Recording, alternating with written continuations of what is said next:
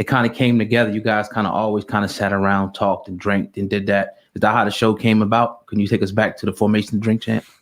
So that's a long story, man. And I always try to condense it for people because it's like there's two sides to the formation of Drink Champs. There's the name Drink Champs, which has its own story. And then there's the idea and concept of what we do on Drink Champs, you know, me and Nori. So to try to condense it for you a little bit, Nori ended up moving to Miami. We had known each other since the, you know, CNN album, the first CNN album. He had came to Miami. We had linked and he was on my mixtapes and all that. So we were cool. I went on tour with him. I had his tour DJ for a while. Like we'd done a lot over the years. And he ended up moving to Miami. And he ended up moving close to my studio here in this area called Kendall in Miami. And he was coming to the studio every day, working on records. I matched him up with producers and engineers in my team and in the city. And so in those sessions, you know, we was always drinking and smoking, things that happen in studio sessions. Mm-hmm. And you know, and we ended up getting a situation with XM Radio before the merger of Sirius XM. Shout out to Leo G, who was over there. And he gave us a weekly show that we called it, well, Nori named it Militainment Crazy Raw Radio. Nori wanted to include everybody's name in the title.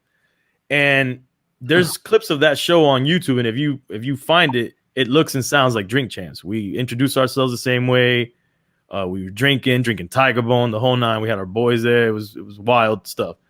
And so we did that for like 3 years. After the Sirius XM merger, we were there. And we did it. We didn't make a penny off of that. We just did it for the fun of it. And so we stopped doing it. I went on tour with a group I managed, Mayday, who got signed to Tech Nine. And Nori did a new CNN album. And he went on tour with Pone to Europe.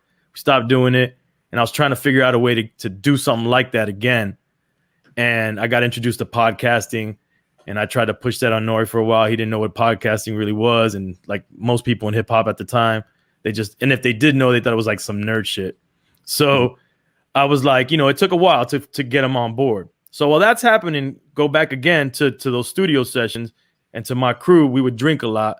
And if you couldn't handle your liquor, we would call it, you know, we'd be like, you're not a drink champ.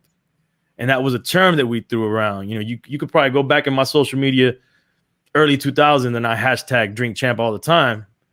And so I thought that was I just liked the way that rang, that I was like, I wonder if anybody owns a .com to that. You know, and nobody owned it.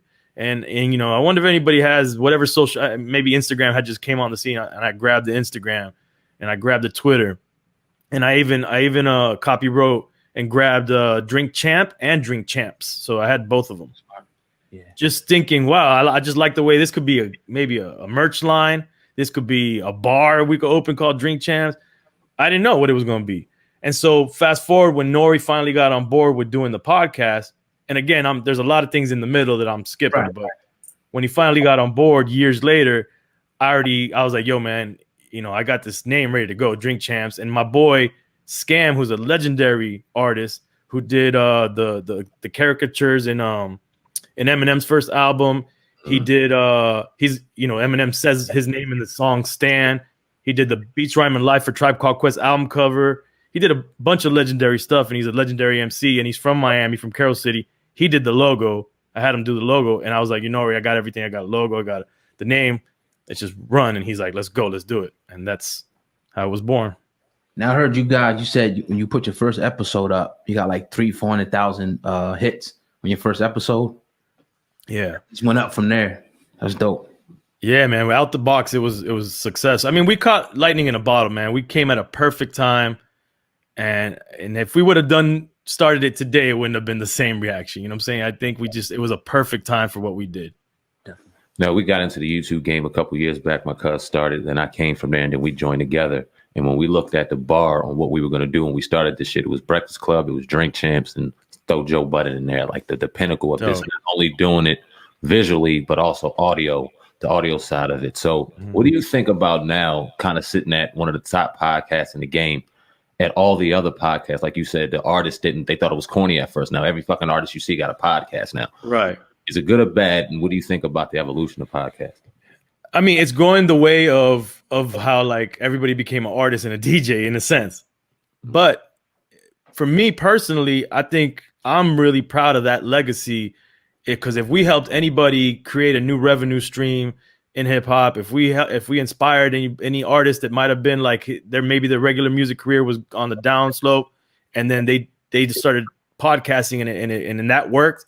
To me, that's dope as a legacy of Drink Champs and my contribution to the culture in a sense. So I like that. Like a lot of the artists you see doing podcasts now, originally they came to Drink Champs, they came to us and they say, hey, you know, will you produce or put out my podcast?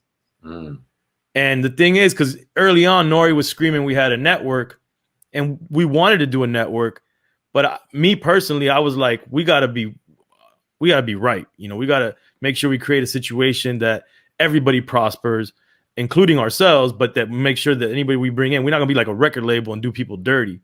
Right. So we just didn't have things together yet for our network. So what happens is a lot of these people came to us, we just weren't ready, and they just ended up doing it on their own, and it worked for a lot of them, you know. And did you guys go from like CBS or something to Revolt? Yeah, we've been all over the place. So CBS Radio did our audio releases. We ended up doing a digital YouTube deal with them as well. And so that was that. And then we left CBS to a company called Audio Boom, and they did our audio. And then early on, we did the deal with Revolt to do the television stuff, which to my knowledge, at least for a hip hop podcast, we were the first to ever do something like that, like be a podcast and then turn it into a television show. And I already had a situation with Revolt before, because my first 2 Coming Home films were on Revolt. The Coming Home Cuba was the first original acquisition when Revolt launched in 2013. So I already had that relationship. And then, of course, Nori already had relationships with Puff and everybody. So it just made total sense to do it with them. And we've been with them television-wise ever since. And we also have our digital deal with them where they publish our YouTube for the newer episodes. And then we were last year we were with Tidal as well, and we were with Mass Appeal. Okay. And then this year though we have a new audio deal with iHeart, which is through Black Effect Network with Charlamagne the God. Let me pick your brain a little bit, because we're independent. Obviously, we do everything independently. It's a good team we got going on over here, and we're fairly successful for being independent. You guys are on the other side. What do you suggest for podcasters? Is it best to stay independent, or is it best to find a deal for somebody